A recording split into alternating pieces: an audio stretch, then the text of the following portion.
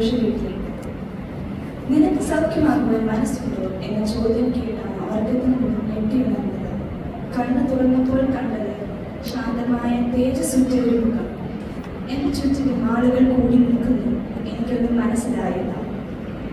ഒരു കാര്യം മാത്രം മനസ്സിലായി, ആ പ്രസന്നമായ മുഖം എന്നിൽ നിന്നും ഒരു മറുപടി പ്രതീക്ഷിക്കുന്നുണ്ട്. എന്തുത്തരമാണ് ഞാൻ നൽകുക? ഓർമ്മകൾ എന്നെ ഭൂതകാലത്തേക്ക് കൂട്ടിക്കൊണ്ടുപോയി. 38 വർഷങ്ങൾക്ക് മുൻപ് ഞാൻ ഇവിടെ എത്തിയ ദിവസം, അല്ല, എന്നെ ഇവിടെ കൊണ്ടുവന്ന ദിവസം. അന്നൊക്കെ വളരെ പ്രതീക്ഷയായിരുന്നു വിടുതൽ കിട്ടുമെന്ന്. അതുകൊണ്ട് ദൂരം വരുമ്പോൾ തന്നെ കുളത്തിലേക്ക് ചാടാനുള്ള മുന്നൊരുക്കങ്ങൾ നടത്തും. കുളം കലങ്ങിയാലുടൻ ആയാസപ്പെട്ട് കുളത്തിലേക്ക് ചാടും. പക്ഷെ അപ്പോഴേക്കും വേറെ ആരെങ്കിലും ചാടി വിടുതൽ നേടിയിട്ടുണ്ടാവും. പിറ്റേ ദിവസം ശ്രമിക്കുമെങ്കിലും വിടുതൽ മാത്രം എന്നിൽ നിന്നും അകന്നു നിന്നു. പതിയെ പതിയെ വിടുതൽ കിട്ടുമെന്ന പ്രതീക്ഷയും എന്നിൽ നിന്നു. പിന്നെ ചാടാതെയുമായി. ഞാൻ ചാടുമ്പോഴേക്കും ഒത്തിരി വൈകിട്ടുണ്ടാവും. പിന്നെ എന്തിനാ ചാടുന്നത്? പിന്നീട് എന്നെ കുളത്തിലേക്ക് ഇറക്കുവാൻ 2 പേർക്ക് കാശും കൊടുത്തു നോക്കി.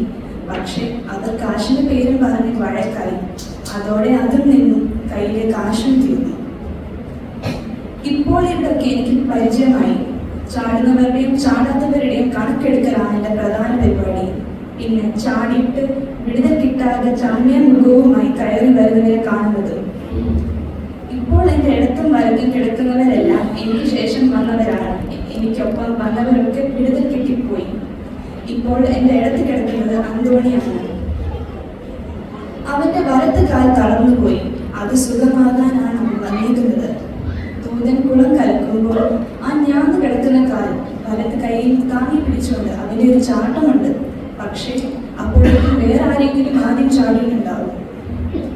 അവന്റെ ഈ കഷ്ടപ്പാട് കണ്ട് ഞാനൊരു ദിവസം പറഞ്ഞു, നീ ഇത് കഷ്ടപ്പെട്ട് ചാടണ്ട. സൗഖ്യവും വിടുതലും നമുക്ക് പറഞ്ഞിട്ടുള്ളതല്ല. നമുക്കിവിടെ ഇങ്ങനെയൊക്കെ കഴിയാം. അന്നേരം അവൻ പറഞ്ഞു, എല്ലാത്തിനും ഒരു സമയമുണ്ട്. ഒരു ദിവസം ഞാൻ ആദ്യം എത്തും. അന്ന് ഞാൻ ചാടാതിരുന്നാൽ എനിക്ക് വിടുതൽ നഷ്ടമാകും. ഞാൻ അത്ഭുതപ്പെട്ടു പോയി. ഇപ്പോഴും അവന്റെ വിശ്വാസത്തിന് ഒരു കുറവുമില്ല. ദൈവത്തിന്റെ സമയം, അങ്ങനൊരു സമയമുണ്ടോ? ദൂതൻ കുളം കലക്കുമ്പോൾ ആദ്യം ചാടുന്നതിന് വിടുതൽ എന്നാണ് ഞാൻ മനസ്സിലാക്കിയിട്ടുള്ളത്. എന്തൊക്കെയായാലും എനിക്കിവിടെ നന്നായി ബോധിച്ചു. സമയാസമയം ഭക്ഷണം, കിടക്കാൻ കിടക്കാം, പുതയ്ക്കാൻ പുതപ്പ് എല്ലാം സൗജന്യമായി കിട്ടും.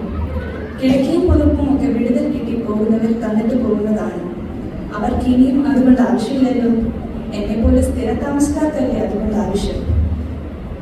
പിന്നെ സഹിക്കാൻ പറ്റാത്തത് വിടുതൽ കിട്ടിപ്പോയിട്ട് വീണ്ടും ഞങ്ങളെ കാണാൻ വരുന്നവരെയാണ്. അവർക്കൊന്നേ ചോദിക്കാനുള്ളൂ, ചാക്കോച്ചാ, സൗഖ്യമൊന്നും വേണ്ടേ? ഇവിടെ തന്നെ അത് കൂടാൻ തീരുമാനിച്ചു. എനിക്കത് കേൾക്കുമ്പോഴേ ദേഷ്യം വരും.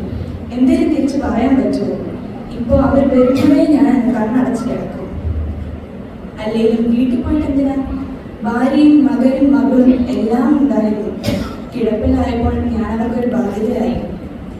പറഞ്ഞിട്ട് കാര്യമില്ല. ആയ കാലത്ത് ഞാനും അവരെ സ്നേഹിച്ചിട്ടില്ല, അവർക്ക് വേണ്ടി കരുതിയിട്ടുമില്ല.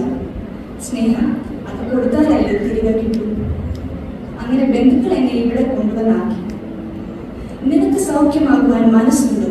വീണ്ടും അതേ ചോദ്യം കേട്ടാണ് ഞാൻ ഓർമ്മകളിൽ നിന്നും സ്വതന്ത്രനായത്.